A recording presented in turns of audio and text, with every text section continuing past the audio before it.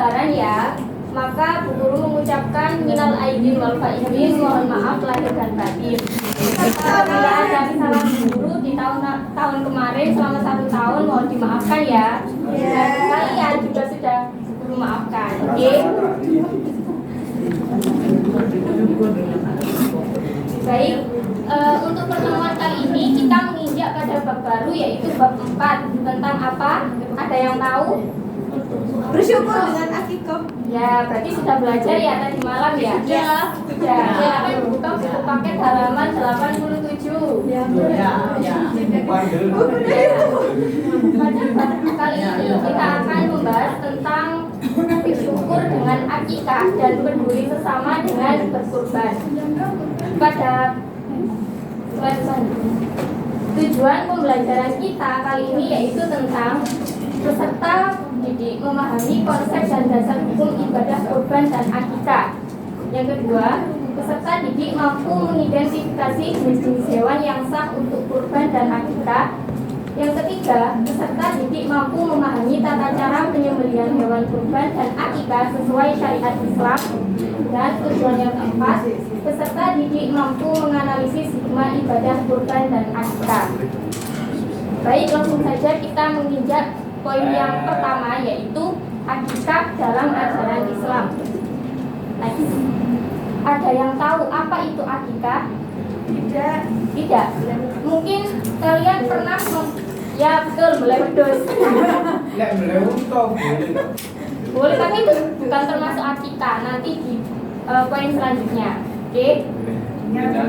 Kita pada poin akikah terlebih dahulu. Mungkin kalian pernah mengikuti acara potong rambut pada bayi yang baru lahir.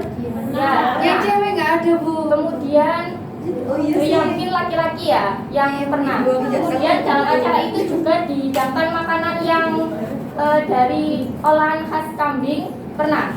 Apa, Bu? Kalian pernah? Nah itu, boleh. Nah itu termasuk akikah. Nah dari paparan tersebut mungkin ada teman-teman yang bisa menjelaskan definisi akikah. Bisa dibaca Mbak Amel. Apa definisi akikah secara bahasa dan secara istilah? Akikoh secara bahasa artinya memutus, melubangi, membelah atau memotong. Akikoh secara istilah adalah menyembelih kambing sebagai tanda syukur kepada Allah Subhanahu wa taala atas lahirnya anak baik laki-laki maupun perempuan.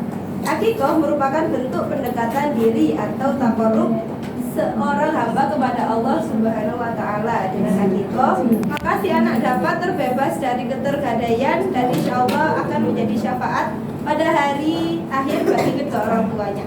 Nah, jadi akikah secara bahasa itu memotong atau memutus, melubangi, dan secara istilah itu menyembelih kambing dengan tujuan merupakan wujud syukur atas kelahiran anak, baik itu anak laki-laki maupun anak perempuan ya. Nah, kemudian akikah itu juga merupakan bentuk taqarrub ilallah atau mendekatkan diri kepada Allah. Dan dengan akikah maka anak terbebas dari ketergadaian dan juga akan insya Allah akan menjadi syafaat bagi kedua orang tuanya pada hari nanti. Next. Ada juga hadis dari Samurah bin Jundab yang berkata Rasulullah Shallallahu Alaihi Wasallam semua anak bayi itu tergadaikan dengan akikahnya yang pada hari ke-7 disembelih hewan kambing, kemudian diberi nama dan dicukur rambutnya. Oh ya, jadi para ahli fikih itu mempunyai berbagai pendapat tentang hukum akikah. Kemudian pendapat yang paling masyhur itu menyatakan bahwa hukum akikah itu sunnah muakkad, jadi sunnah yang sangat dianjurkan. Karena akikah itu merupakan bentuk rasa syukur atas kelahiran anak. Pada poin yang kedua, kita akan membahas tentang ketentuan pelaksanaan akikah. Jadi apa saja ketentuan pelaksanaan akikah? Mas Doni bisa dibaca. Ini kosong di sebelahnya Mbak Silva. Silakan saja saya, Bu. Ya. Mungkin bisa dibaca dengan berdiri, Mas. Berdiri. Ya, dan Oke, Apa saja ketentuan ketentuan pelaksanaan. pelaksanaan. Ini baca dulu. Waduh, kurang teliti.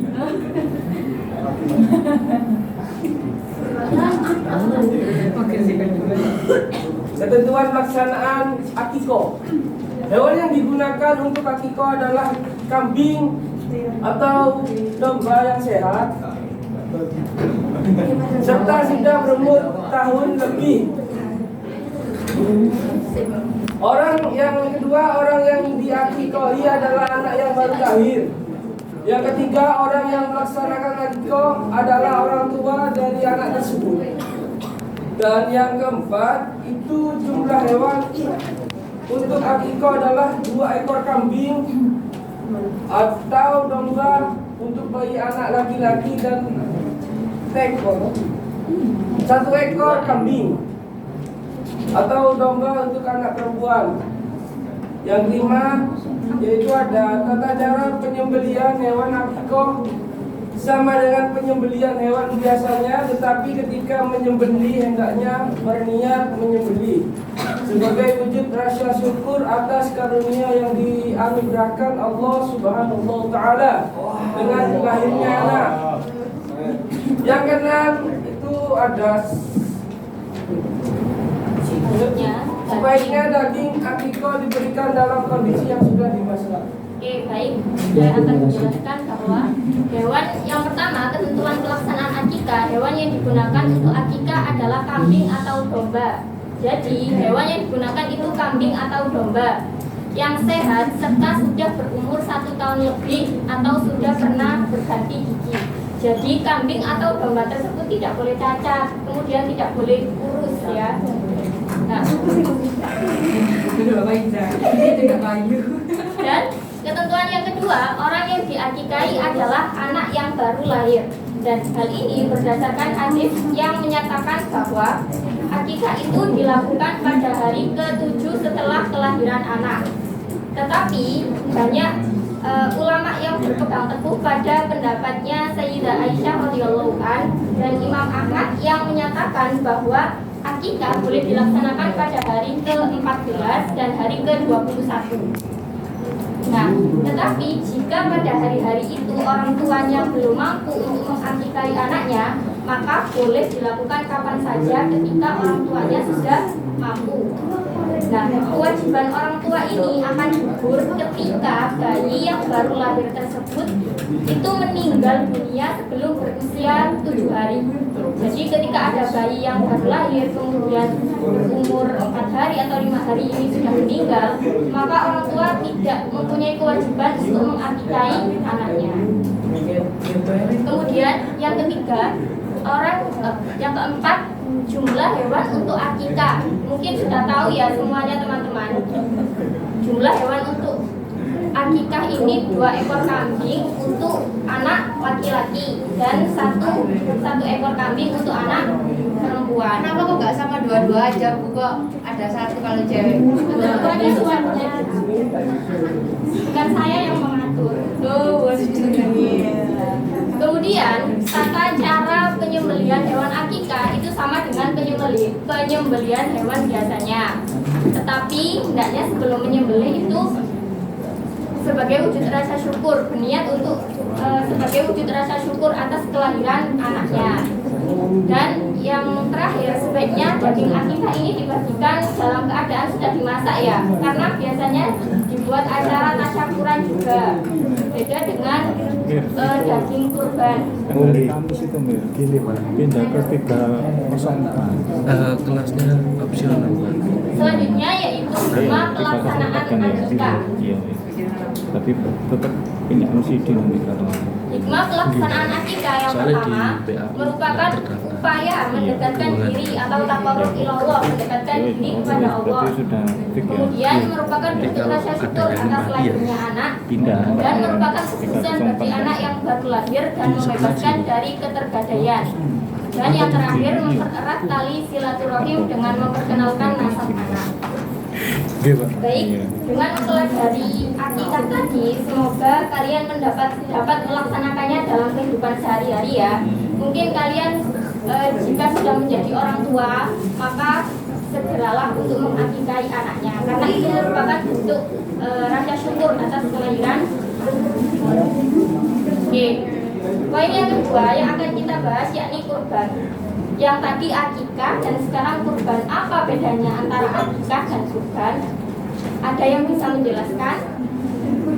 Emir. Emir Bu, barusan angkat tangan. Ya bisa Pak Bu. Kalau akikah itu buat diri sendiri, Terus kalau kurban buat orang lain. Kurban menyembelih kalau Ismail. akikah itu pembagiannya sudah dalam Kurban masak. kali. Ya, kalau kurban itu ya betul dari segi pembagiannya ya. Oke, sekarang kita bahas pengertian kurban. Kurban berasal dari kata qurba yang berarti dekat. Dalam syariat Islam yang dimaksud dengan kurban adalah ibadah dalam bentuk penyembelihan hewan tertentu atas dasar perintah Allah dengan tujuan mendekatkan diri kepadanya. Jadi kurban biasa disebut al-udhiyah yang merupakan bentuk jamak dari al-adhai. Udhiyah diartikan dengan menyembelih hewan pada waktu tertentu, yakni ketika matahari naik di pagi hari pada hari raya Idul Adha dan hari Tasyrik. Jadi di sini poin yang membedakan antara akikah tadi dan kurban yaitu waktu penyembelihannya ya. Kalau akikah tadi pada kelahiran hari ke-7, ke-14 atau ke-21, sedangkan kurban pada hari raya Idul Adha dan hari Tasyrik. Dan hukum pelaksanaan kurban itu sama, yaitu sunnah muakkad, sama dengan hukumnya pelaksanaan akikah tadi, yaitu sangat dianjurkan bagi orang yang mampu. Next, selanjutnya yaitu ketentuan pelaksanaan kurban. Bisa dibaca Mas Rozak?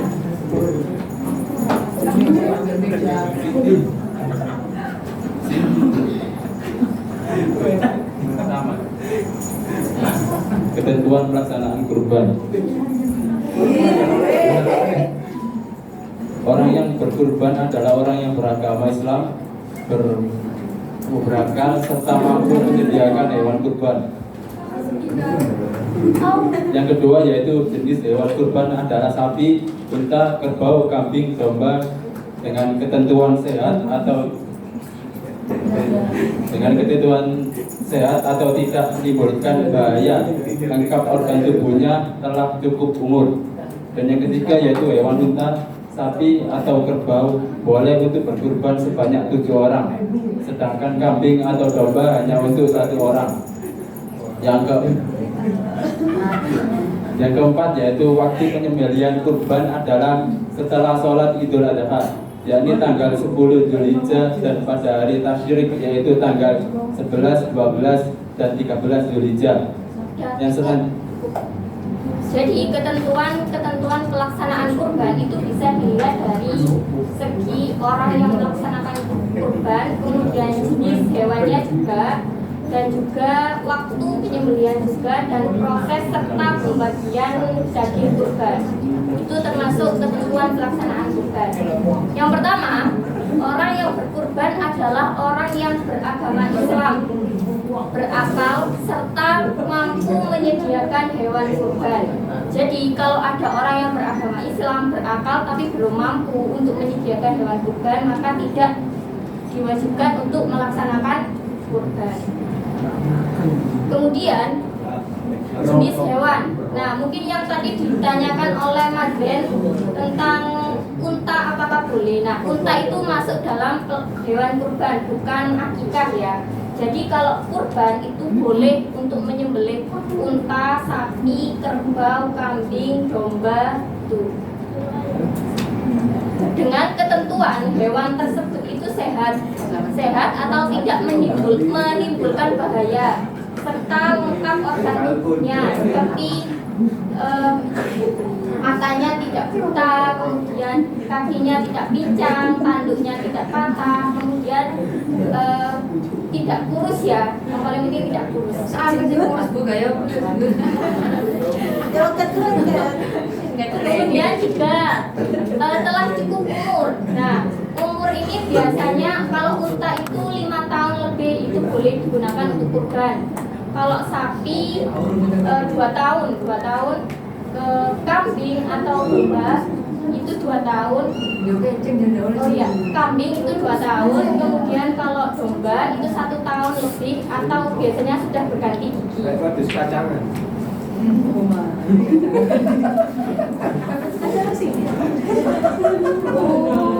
Kemudian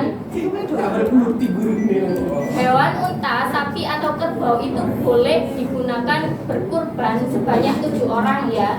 Kalau kambing atau domba itu cuma 1 orang. Nggak boleh, kambing untuk 7 orang itu nggak boleh. Nggak kuat.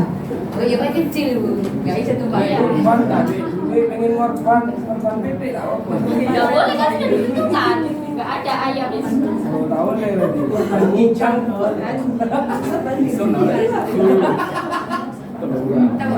Kemudian waktu penyembelihannya ya, di sini pelaksanaan kurban itu waktu penyembelihan kurban setelah sholat Idul Adha, sampai besoknya pada tanggal 11, 12, 13. Nah, pada tanggal 13 ini sebelum terbenamnya matahari. Kalau setelah terbenamnya matahari sudah tidak boleh melaksanakan penyembelihan kurban. Jadi cuma 4 hari ya, tanggal 10 pas hari raya Idul Adha setelah sholat. Kemudian tanggal 11, 12, 13 ini sebelum terbenamnya matahari. Kemudian tempat yang disunahkan untuk menyembelih adalah lapangan. Siapa yang pernah melihat biasanya di lapangannya masjid? Lapangannya masjid.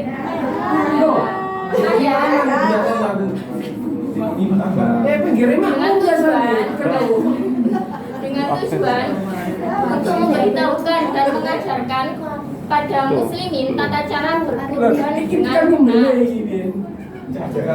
Kemudian tata cara penyembelihan kurban sama dengan penyembelihan hewan biasanya. Tetapi saat penyembelihan hendaknya berniat untuk mendekatkan diri kepada Allah.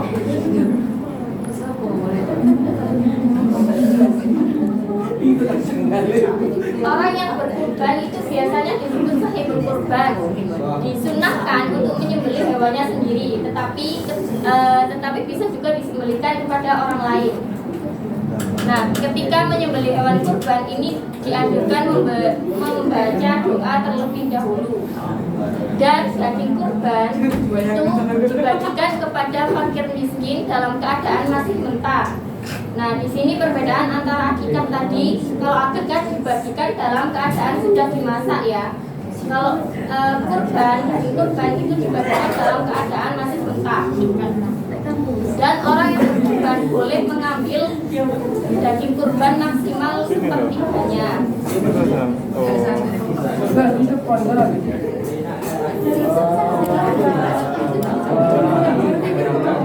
Ya apa lagi kurban nambah? Haram. Kemudian ada hikmah pelaksanaan ibadah kurban. Yang pertama, lebih mendekatkan diri kepada Allah.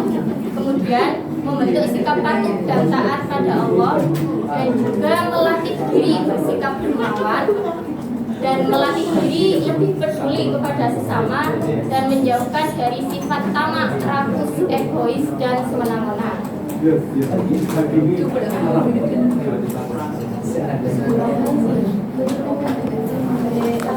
Dia bersapin dulu Bu. Ya iku sapi tak kucing. Doni. Oke, pinggirnya pengen berarti.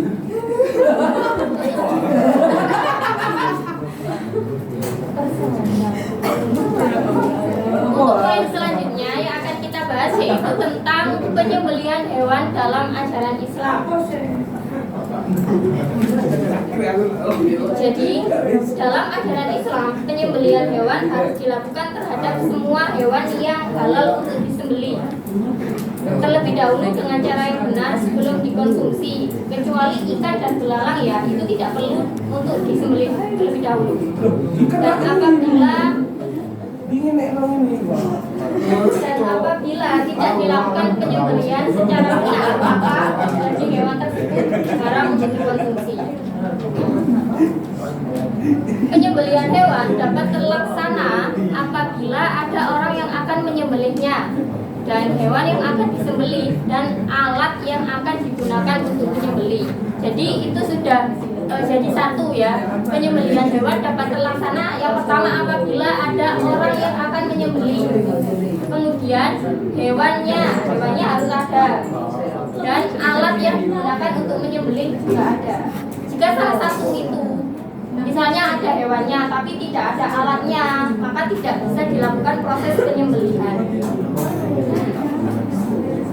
Ya ini yang pertama ketentuan orang yang menyembelih. Yang pertama itu harus beragama Islam.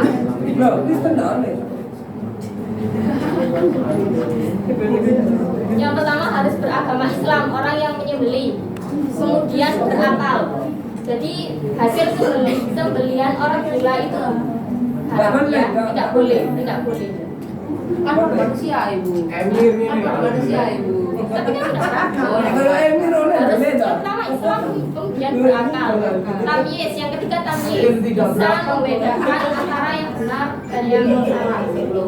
Kemudian orang yang menyembelih dengan sengaja dan dalam keadaan sadar, artinya tidak dalam keadaan mabuk, ya benar-benar sadar. Dan yang terakhir menyebut nama Allah ketika menyembelih. Nah, super lah ya.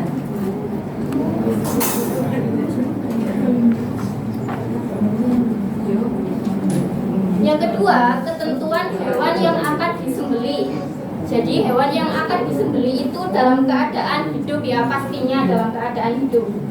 Dan hewan yang akan disembelih itu bukan bangkai, yang pastinya bukan bangkai. Dan jika ada hewan yang terjepit, kemudian habis diterkam mangsa, kemudian ada yang terpukul gitu. Nah itu sebaiknya segera disembelih agar dagingnya tersebut bisa dikonsumsi. Jadi nggak sampai menjadi bangkai. Kemudian termasuk jenis hewan tersebut itu termasuk jenis hewan yang halal dan baik dari segi zatnya maupun cara memperolehnya.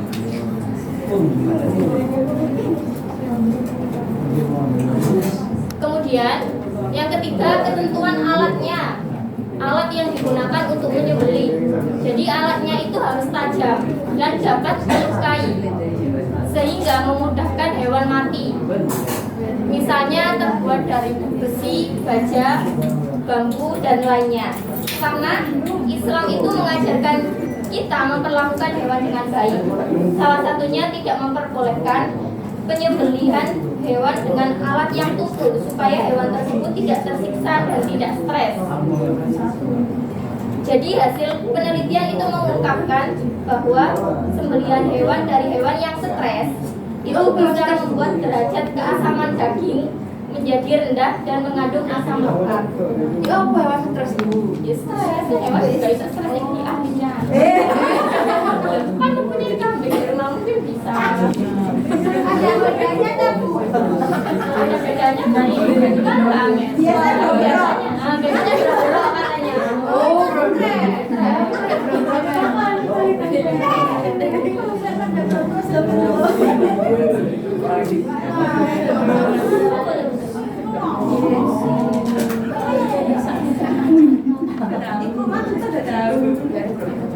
Kemudian yang kedua ada pemanfaatan penyembelihan hewan. Jadi hewan yang disembelih itu daging sembelihannya halal untuk dikonsumsi. Kalau tata cara penyembelihannya itu sesuai dengan syariat Islam. Kemudian kualitas dagingnya atau hasil sembelihannya juga menjadi lebih baik dan sehat dan layak dikonsumsi karena darah yang merupakan sumber kontaminasi tersebut akan keluar dari tubuh hewan secara sempurna. Dan yang ketiga, warna daging hasil sembelihan hewan memiliki penampilan yang cerah dan nilai gizinya akan baik, jadi akan halal dikonsumsi. Terima kasih. Jadi kesimpulannya, dengan membiasakan menyembelih hewan yang akan dikonsumsi sesuai dengan ketentuan Islam, itu berarti kita sudah peduli terhadap kesehatan kita dan jiwa raga kita, kesehatan keluarga dan juga kesehatan lingkungan. Oke, sebelum akhir pembelajaran, Ibu akan membagikan penilaian ya kepada kalian. Apakah kalian sudah paham tentang yang pertama tadi tentang akikah, kemudian tentang kurban dan penyembelihan dalam ajaran Islam? Oke. Di sini ada beberapa pertanyaan, kalian bisa menjawabnya nanti sesuai yang saya panggil ya. 17-an mana ini? Silver kayak kalau Bu. Eka. Dia.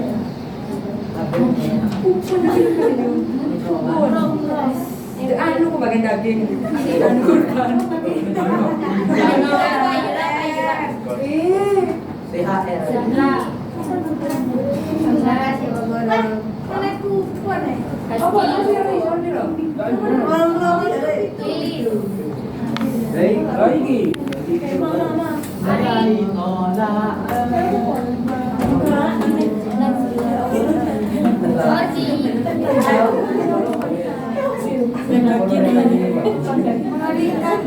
Putri Amel. Silva. Bu, cara santai di Oh, pasar berarti. Silva. Pasar berarti kok jadi kebagian daging kurban. Ini akhir.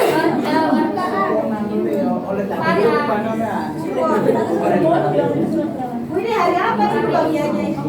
Intan. Uni.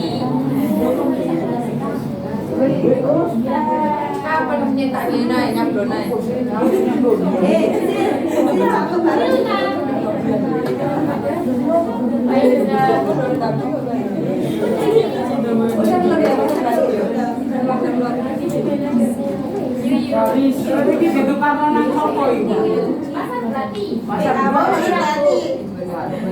Pasaran nih pasar sapi.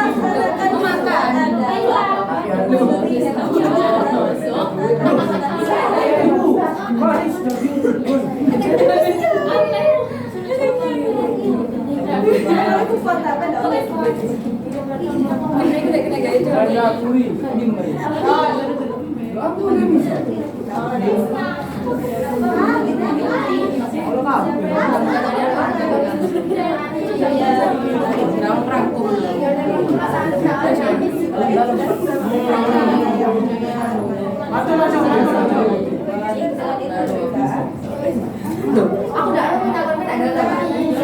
ada ada. Bisa dikerjakan nanti dulu ya. Bu, saya mau rapat, Bu. Saya pakai buah. Kamu tahu sih. Dua orang. Ada Bu ya. Padahal Bu ya. 2 menit. Oh, pakai nanya.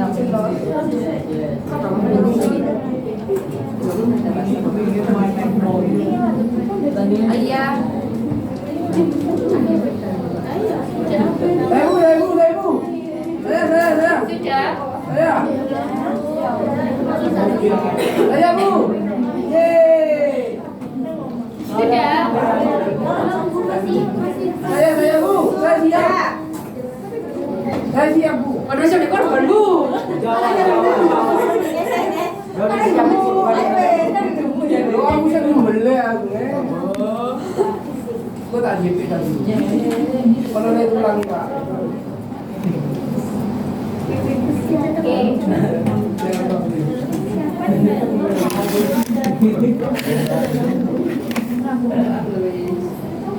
Loh, Sudah, Mas Bani silakan dibacakan Mas. Jawab berdiri. loh, ini pulang saja. Berdiri. Oke, jadi ini soal dari daging yang dibagikan dalam Semuanya didengarkan ya. daging dibagikan dalam keadaan mentah merupakan ciri dari pelaksanaan kurban. Merupakan ciri dari Pelaksanaan kurban, Bu. betul kan teman-teman? Daging mentah. Betul ya?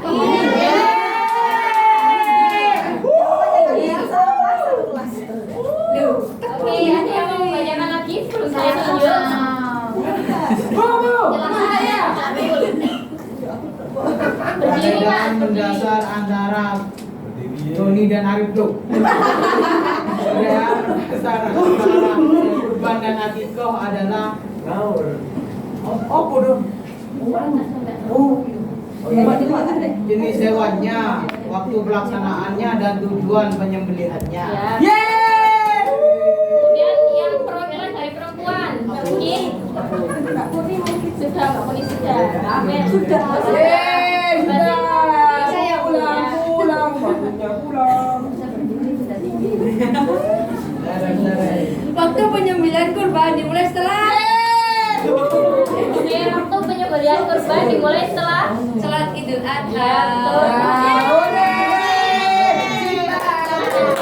Satu lagi. Siapa? Saya. Ya, silakan Mbak Risma. Ini adalah hal yang terlarang dalam penyembelihan kurban kecuali Betul. mempercepat proses penyembelihan. Iya, betul. Terakhir. Siapa? Satu.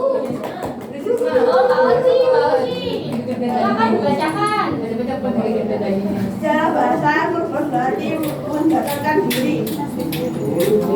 Kurban berarti Secara bahasa kurban berarti mendekatkan diri. mendekatkan diri. Ya, betul. Berarti jangan aku dekat dia. Oke, baik, sekian pembelajaran pada bab akikah kali ini. Minggu depan kita akan praktek menyembelih ya. Iya. Sekian.